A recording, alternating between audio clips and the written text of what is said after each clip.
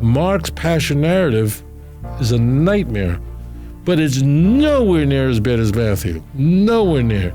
You cannot compare Mark 14:15 to Matthew 27. Matthew 27 is just a wipeout.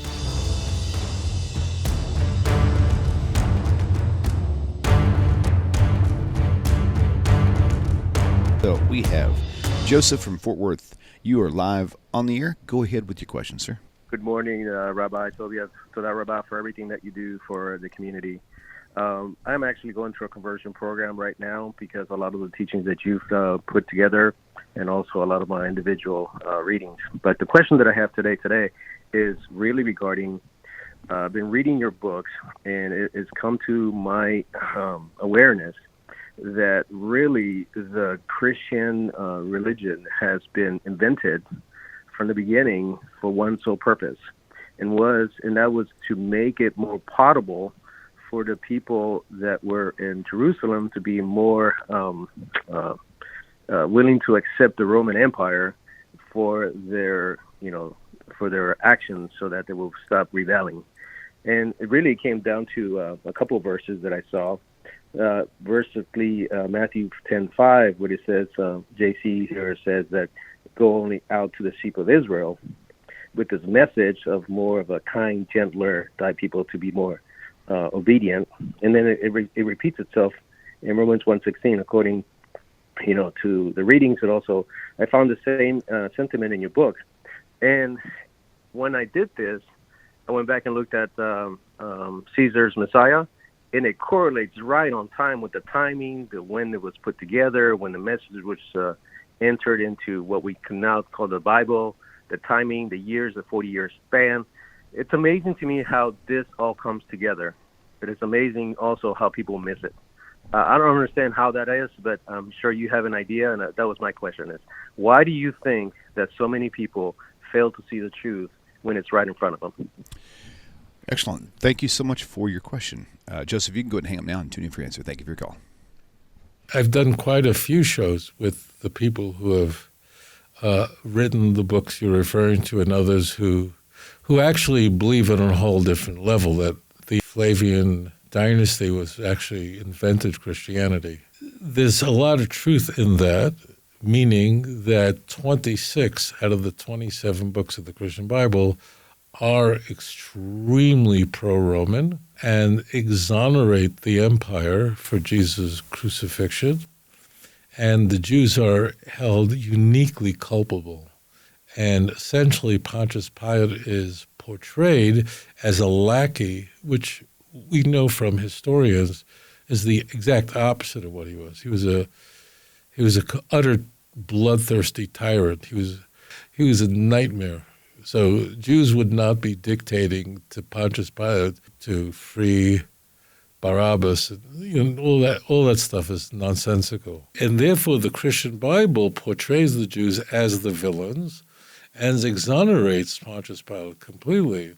And as it turns out, many of you find it hard to believe, but in some Christian denominations, Pontius Pilate is considered a saint. In the Ethiopian church, they have a legend that Pontius Pilate repented, committed suicide, and they consider him a saint. And they actually would have very good sources, solid ground to stand on, that Pontius Pilate was constantly defending Jesus at his trial, saying explicitly that this man is completely innocent. The Jews are saying we take his blood upon ourselves and our children. We have Gospels that did not make it into canon, that convey the similar message that the Jews alone are culpable, not only the Jews of that time, but in Matthew 27:25, the crazy Jews scream, we take his blood upon ourselves and our children. I mean, they're accepting Jesus' death for all Jews forever. Remember when Mel Gibson, the great luminary of the Catholic Church, did the film The Passion of the Christ? And he said he'd take that out, but he left it in. Oh, man. So, yeah, what a video that was. What a movie that was. I remember watching that movie. It was like a theological snuff film. I was at the theater watching it, and I was just astonished. And behind me, there were two Korean ladies who were crying their brains out, and I'm going, this is a nightmare. Because the Jews are portrayed. I mean, his father must have been so proud of him to produce such a film. But in truth, he was loyal to the text. The Christian Bible is extremely pro-Roman. I thought that you would go to Romans chapter 13, where Paul openly says that the Roman Empire was set up by God, and it's a godly institution. He openly says that. And therefore, do not rebel against the empire, because if you rebel against the Roman Empire, you're rebelling against God. He doesn't say don't rebel against the Roman Empire because it's not pragmatic. It's a bad idea logistically, like telling the Bahamas don't go to war with the United States. So that would be a bad idea, right? No, he's saying don't go to war with Rome because actually the empire was set up by God. It's a godly institution. I'm not kidding. Just read Romans chapter 13, verse 1 and 2. I mean, openly he says that, which is insane. Like, this is a guy who's a prophet? The Roman Empire that destroyed the Beis Hamikdash? The Roman Empire? With its filth and vulgarity and depravity and in the Passion narratives, the empire, they are designed to exonerate Pontius Pilate and to hold the Jews uniquely responsible for killing Jesus. And all the anti-Semites, everything the Westboro Baptist Church is saying, even though they say it in a rather unpleasant way, they're really getting their stuff from what it says in the Christian Bible. What Irenaeus said about Jews, what the church fathers all screamed about the Jews, what Augustine said about Jews. Please do this. Please do this. In case you think I'm mischaracterizing this, Google the following. What did the church fathers say about the Jews? Just do that. It's all you need to do. And I'm not doing it now. So this is not set up. I don't know who this fellow is, but just Google search, what did the church fathers say about the Jews? What the church fathers said about, they all said about the Jews would get you thrown in prison in Canada, Austria, where racism is against the law. In the United States, it's not.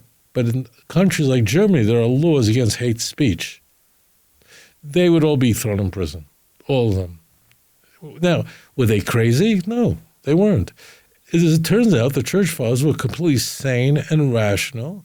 They simply read the literature, namely the Gospels.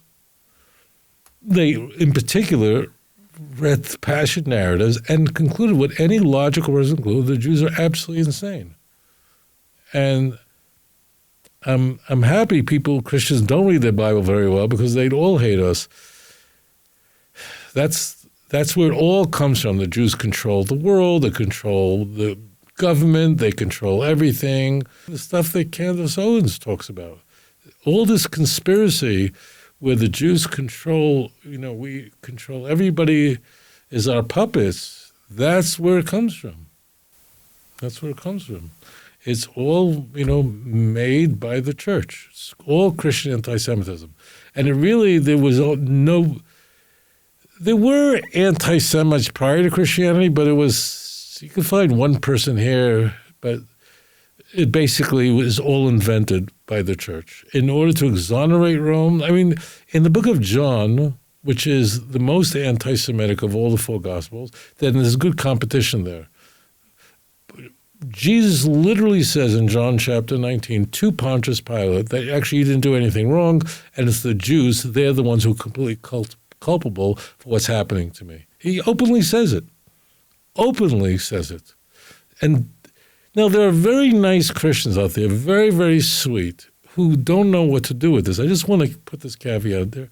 They're really, really, really nice Christians who will say, we all killed Jesus. Really, this is how they handle it. Jesus died for my sins too, so we all kill him. I'm not kidding. This is what they're going to say to you. And if they say that, go, okay, if you want to believe that, go believe that.